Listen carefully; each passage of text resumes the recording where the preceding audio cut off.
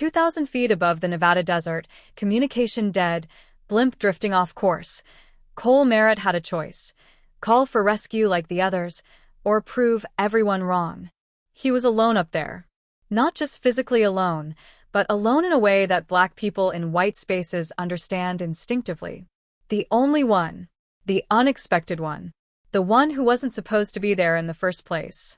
And when the storm tore through on day 5 and his equipment failed, everyone expected him to do what they'd always expected: give up, come down, confirm their doubts.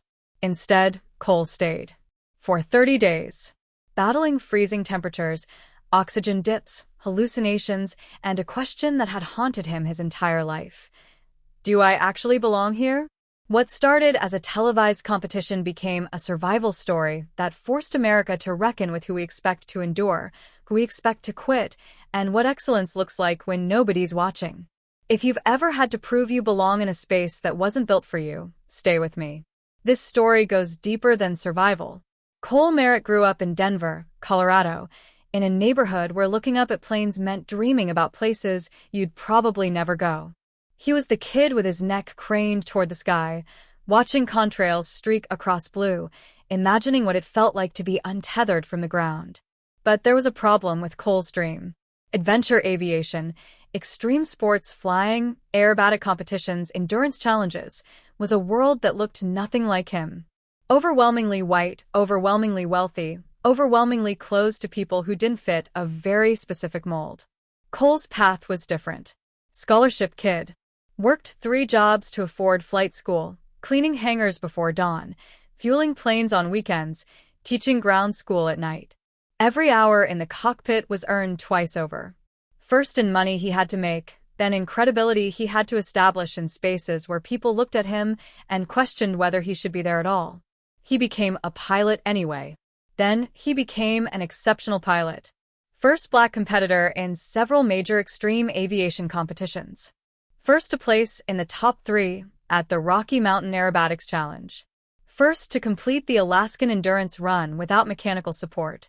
The first stacked up, and with them came a weight most people never have to carry. Every flight wasn't just about his performance, it was about representing everyone who looked like him. Every competition wasn't just about winning, it was about proving that the sky belonged to everyone, not just the people who'd always had access to it. The media coverage followed predictable patterns. When Cole won, they called it surprising or unexpected. When his white competitors won, they called it well-deserved or inevitable. He learned to smile through the coded language, to stay composed when reporters asked if he felt pressure to represent his community, as if white pilots were ever asked to represent theirs. Cole didn't just want to fly. He wanted to prove that the sky belonged to everyone. In late 2018, the announcement came: SkyStay, an extreme endurance competition unlike anything attempted before. 10 pilots. 30 days. Living alone in modified observation blimps suspended 2,000 feet above the Nevada desert. Minimal supplies delivered via drone. Last person remaining wins $300,000. Cole applied immediately. Not just for the money, though $300,000 would change his life and fund the aviation programs he dreamed of starting.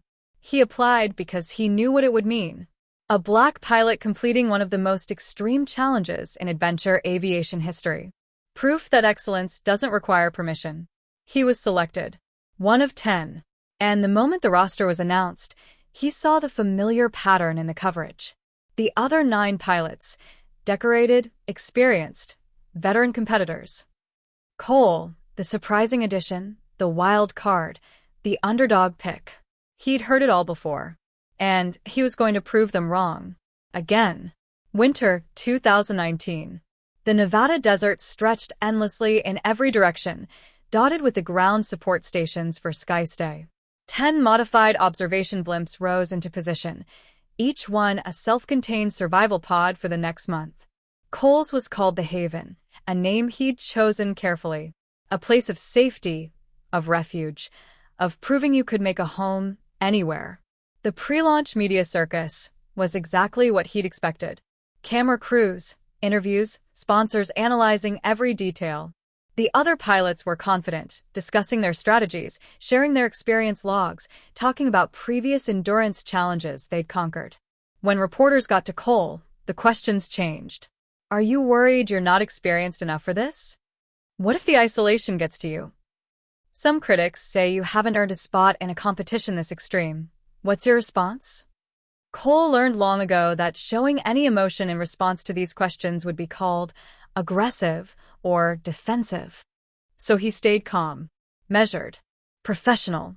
I'm here because I earned my spot, same as everyone else. And I intend to finish what I started. Have you ever entered a space where people expected you to fail before you even started? Launch day arrived with global attention. Millions watching online. News helicopters circling. The 10 blimps ascended simultaneously, each pilot waving to cameras before disappearing into their skybound pods. The first 4 days went relatively smoothly. All contestants managing the basics: temperature regulation, supply inventory, mental conditioning. Some struggled with the isolation faster than others. Cole stayed focused, methodical, treating each day like a checklist. Ration food, monitor systems, exercise, sleep in shifts, stay sharp. By day 4, everyone was still aloft. The competition was on. Then day 5 came, and everything changed. 3:47 a.m., day 5. Cole woke to the haven lurching violently sideways. The wind howl was unlike anything the weather models had predicted. An unexpected jet stream had torn through the area, turning the stable desert air into chaos. Alarms blared across all 10 blimps. Ground control's voice crackled through every radio. All contestants, this is mission control. We have extreme weather conditions. Prepare for emergency descent protocols. One by one, pilots activated their emergency systems. Cole watched through his window as the other blimps began controlled descents, their pilots making the smart, safe, reasonable decision to evacuate. 8 pilots down within the first hour. 2 remained, Cole and Derek Paulson, a veteran extreme sports pilot with 15 years of experience and a blimp equipped with top-tier backup systems. Cole's situation was worse. Much worse. The communications array had been torn away entirely. His navigation system was partially offline. The haven was drifting out of the designated zone, pulled by winds that shouldn't have existed at this altitude. Ground control's voice crackled through the damaged radio. Merritt, we're sending rescue. Acknowledge. Cole stared at the emergency beacon. One press. That's all it would take. Rescue helicopters would be there within 20 minutes. He'd be safe, warm, on solid ground. But he saw the future clearly. The headlines were already writing themselves in his mind. Inexperienced pilot evacuates after equipment failure. Merritt unable to handle challenge when conditions got tough. Questions raised about selection process. It wouldn't matter that 8 other pilots had already quit. It wouldn't matter that his equipment had failed through no fault of his own. The story would be about the black pilot who couldn't handle it. Drop a comment. Would you have called for rescue? Or would you have stayed knowing what it would mean? Cole picked up the damaged radio. Static. Then his voice steady. Ground control, I'm staying. The haven is damaged, but functional. I can make this work. Long silence on the other end. He imagined the conversation happening in the control room. The liability concerns. The doubts. The assumption that he didn't understand the risks. Finally, copy that, Merritt. You're on your own. Good luck. Derek evacuated on day 6 when his heating system failed and temperatures inside his blimp dropped to dangerous levels. Smart decision. Safe decision. Cole was alone. Truly alone. 2,000 feet up, drifting slowly across the desert, communication dead, supply drops uncertain. And he was exactly where he needed to be. Days 7 through 15 were about adaptation. Learning to live in a damaged, drifting vessel where everything that was supposed to work automatically now required manual intervention. The haven's climate control system was failing. The solar panels that powered essential systems were partially destroyed. The water reclamation unit functioned at maybe 60% capacity. Supply drones were supposed to deliver food and water daily, finding each blimp using GPS coordinates and tracking beacons. But Cole's beacon was damaged, and the Haven was drifting unpredictably. The drones missed their target 40% of the time. He'd watch them approach, hope rising, then watch them drop their payload hundreds of feet away, disappearing into the desert below. He learned to ration food meant for 30 days to potentially last 45 or more. He collected condensation from the blimp's interior walls, bringing it into containers for drinking water. He jury-rigged the damaged solar panels to maintain minimal power, enough for basic life support, not enough for comfort. The physical toll came fast. Temperatures at 2,000 feet dropped to 15 degrees Fahrenheit on clear nights. His body burned through calories trying to stay warm. The oxygen levels fluctuated as the Haven drifted between altitude bands, leaving him dizzy and disoriented for hours at a time. By day 12, he'd lost 15 pounds. By day 20, it would be 25. But the physical suffering was manageable. The mental battle was something else entirely. Days 16 through 23 tested his sanity in ways he hadn't prepared for. Sleep deprivation from the cold and constant system monitoring led to hallucinations. He saw faces in the cloud formations, his mother, his younger sister, his first flight instructor. He heard voices at night, conversations happening just outside the blimp's walls, though he knew rationally no one was there. The hardest part wasn't the cold or the hunger. It was the silence. The absolute, crushing silence of being alone with your thoughts for weeks with no human interaction, no confirmation that you existed, that you mattered, that anyone cared whether you lived or died up here. Have you ever felt so alone that you questioned if anyone would notice if you disappeared? Cole wrote in his notebook constantly. Weather observations, star patterns, his own psychological state, documented with scientific precision even as his mind fractured at the edges. The writing kept him grounded, gave him purpose beyond mere survival. He thought about the kids who would see him succeed, the ones who'd grow up knowing a black pilot completed one of the most extreme challenges in aviation history. That thought sustained him when nothing else could. He thought about all the spaces he'd entered where he was the only one, all the times he'd been underestimated, all the moments he'd had to be twice as good to be considered half as competent. This was the ultimate version of that test. No one watching, no one judging, just him against the elements and his own demons. Days 24 through 30 were pure survival. Food almost gone. Body shutting down systems to preserve energy. Hallucinations becoming harder to distinguish from reality. But the Haven was still floating, and Cole was still conscious, still writing, still fighting. Day 30, 6 a.m. He heard the helicopters before he saw them. Rescue teams finally reaching the drifting blimp, 30 days after the challenge began. He closed his notebook carefully and waited. The rescue team landed on the Haven's external platform, expecting chaos. Emergency situation. Pilot in distress. Immediate medical intervention required. What they found instead, Cole Merritt, 30 pounds lighter, sitting cross-legged on the floor, calmly writing in his notebook. The lead medic approached cautiously. "Sir, are you all right?" Cole looked up, his eyes clear despite the exhaustion etched into every line of his face. "I completed the challenge. It's day 30. The rescue footage, later released to the public, shows the team's reaction. Stunned silence. Then a slow wave of respect spreading through the group as they realized what they were witnessing. Medical assessment confirmed what they could see: severe dehydration, malnutrition, early-stage hypothermia, significant weight loss. But Cole was coherent, oriented, in control. They examined his notebook, expecting maybe desperate scrawls or the ravings of a mind broken by isolation. Instead, they found detailed observations about star patterns and weather systems, psychological notes about the effects of isolation, philosophical reflections on purpose and belonging. Not the writings of a desperate man barely hanging on, but the careful documentation of someone who'd maintained discipline and curiosity even in extremity. They came expecting to save him. He was already saved. One of the rescue crew members caught on audio. "I've been doing this for 12 years. I've never seen anything like this." The descent back to ground took 40 minutes.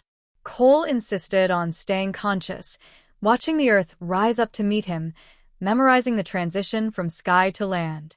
When they asked why he hadn't evacuated on day 5 when his systems failed, his answer was simple and devastating. Because I knew what that story would be. I chose to write a different one. Cole spent 3 days in the hospital recovering. For fluids, monitored nutrition, physical therapy to rebuild strength. During that time, the footage from the Haven went viral. 50 million views in the first week. 100 million by the end of the month. But something was different about the coverage this time. Before Skystay, underdog pilot. Surprising selection. Questionable experience. After, exceptional aviator. Extraordinary endurance. Redefining human limits. The narrative had shifted. Not because people's underlying biases had disappeared, but because Cole had made it impossible to dismiss him. He'd done something undeniable. Hit subscribe if you believe excellence shouldn't be surprising just because it comes from unexpected places. The $300,000 prize was his by default, the only pilot to complete the full 30 days. News outlets wanted to know what he'd do with the money. Sponsors came calling. Interview requests flooded in from major networks, podcasts, documentary filmmakers. Cole's decision surprised many of them. He kept $100,000 for his family and to fund his own projects. The other $200,000 went to search and rescue programs operating in remote regions, the teams that had stood ready to save him if he'd needed it. They were willing to risk their lives to save mine, he explained in one interview. That deserves support. The talk show appearance that defined his message came 3 weeks after his rescue. The host asked the question everyone wanted answered. How did you survive up there? Cole's response became legendary, replayed millions of times across social media. You stop thinking about falling and start learning how to stay. For words that captured everything. Not just about surviving in a blimp, but about surviving in any space where you're not supposed to be. Where people expect you to fail. Where the easiest thing would be to give up and confirm their doubts. You learn how to stay. The impact was immediate and measurable. Applications to flight schools from Black students increased by 340% in the 6 months following Skystay. Extreme sports organizations that had operated for decades with minimal diversity suddenly found themselves facing questions about access and representation. Industry publications ran features. The Cole Merit Effect. Organizations announced diversity initiatives they should have implemented years ago. It wasn't perfect, and it wasn't fast enough, but it was movement. Cole became an involuntary spokesman for representation in aviation, though he was careful about how he framed it. I didn't do this for representation, he said in interviews. I did it because I love flying and I wanted to test my limits. But I understand that's what it became for other people. And if my success makes it easier for the next person who looks like me, then that matters. The letters started coming. Hundreds, then thousands. Kids writing to tell him they didn't know Black people could be pilots. Teenagers saying they'd thought aviation was for other people until they saw him stay in the sky when everyone expected him to fall. Parents thanking him for showing their children what was possible. One letter from a 12-year-old in Atlanta. I didn't know Black people could be pilots. Now I want to fly. My mom says we can't afford it, but I'm going to find a way. You showed me that the sky isn't just for some people. It's for everyone. Cole kept that letter, framed it, hung it in what would become his office at the Haven Flight Academy. He founded the school 18 months after Skystay, using his prize money and donations from supporters who believed in his mission. The academy focused on access, providing flight training, licensing support, and mentorship for underrepresented communities in aviation. Named after the blimp that had tested him, the school embodied his philosophy. The sky doesn't care what you look like. It only cares if you're prepared. 3 years after Cole's challenge, Skystay was attempted again with new safety protocols and better equipment. This time, 40% of the participants were people of color. One of them was a Black woman pilot named Janelle Torres who completed the full 30 days and credited Cole as her inspiration. I watched his footage in flight school, she said in her post-challenge interview. I saw him refuse to quit when his equipment failed, and everyone expected him to fall. that taught me that belonging isn't about what other people think. It's about what you prove to yourself. The shift wasn't complete. Aviation still has a long way to go. But something had changed. A door that had been barely cracked open was now wide enough for others to follow through. A year after Skystay, Cole gave a long-form interview that revealed something deeper than the survival narrative. The interviewer asked him about the moment on day 5 when he decided to stay despite the equipment failure. Cole was quiet for a long time. Then he said something that reframed everything. It wasn't just about representation. It wasn't just about proving doubters wrong. It was about proving something to myself. He explained that growing up Black in spaces designed for white people meant constantly hearing, explicitly and implicitly, that you didn't belong. Aviation school, competition circuits, sponsor meetings, awards ceremonies, small comments, coded language, surprised reactions when you performed well. After years of that, he said, you start to internalize the question, do I actually belong here, or am I just lucky? Am I actually good, or am I just getting by? The storm on day 5 forced that question to its absolute breaking point. His equipment failed. The safe, smart decision was to evacuate. But somewhere in his mind, he saw what that would mean. Confirmation of the doubt. Proof that when things got real, he couldn't handle it. Staying wasn't just about being stubborn. It was about answering the question definitively. Not for them. For himself. 30 days alone in the sky, he said in that interview. No audience. No judges. No one to impress. Just me and the challenge. And somewhere around day 18, I realized something. I was never proving it to them. I was proving it to the boy who grew up thinking the sky wasn't for him. The interviewer asked to read some of his notebook entries. Cole agreed. The day 18 entry was particularly revealing. I understand now. Belonging isn't something other people give you. It's something you claim. Every time you show up when they expect you to quit. Every time you stay when it would be easier to leave. Every time you prove to yourself first that you deserve to be here. Not because of what you represent, because of who you are. He didn't just survive the sky. He survived the doubt. People always ask Cole the same question. Was it worth it? 30 days of suffering. Nearly dying. Risking everything to prove a point. His answer never changes. Every second. Because what the Haven taught him, and what his story teaches all of us, is that excellence doesn't need permission. Representation isn't about being perfect. It's about being present. About showing up in spaces where people don't expect you, and refusing to disappear when things get difficult. Cole's challenge wasn't just physical. It was existential. Can I belong in a space that wasn't designed for me? Can I excel when people expect me to fail? Can I trust my own skill when the world keeps questioning it? The answer, written across 30 days in a drifting blimp, was yes. But here's the broader truth. Not everyone will face 30 days suspended in the sky. But everyone, especially if you're Black, especially if you're the only one, especially if you're navigating spaces that weren't built with you in mind, faces moments where you're expected to fall. Where belonging feels conditional. Where the easiest choice is to evacuate, to quit, to prove the doubters right. Cole's story matters because he chose differently. He chose to stay. And in staying, he proved that the sky, and every other space we're told we don't belong in, isn't owned by the people who've always had access to it. It belongs to everyone willing to claim it. If this story inspired you, hit subscribe. We're telling stories about Black excellence, resilience, and the courage to stay when the world expects you to fall. Stories about people who rewrote the narratives they were handed. Stories about belonging as an act of defiance. Drop a comment. What's your blim moment? When did you stay when it would have been easier to leave? When did you prove, to yourself or to others, that you belonged in a space that wasn't designed for you?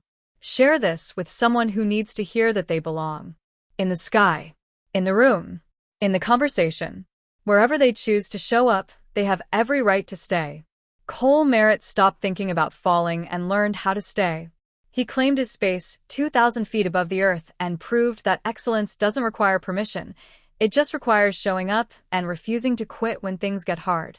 Maybe it's time we all learned how to stay. To claim our spaces. To write our own stories. To prove, first to ourselves, then to the world, that we belong wherever we choose to be. The sky is waiting. And it doesn't care what you look like. It only cares if you're brave enough to stay.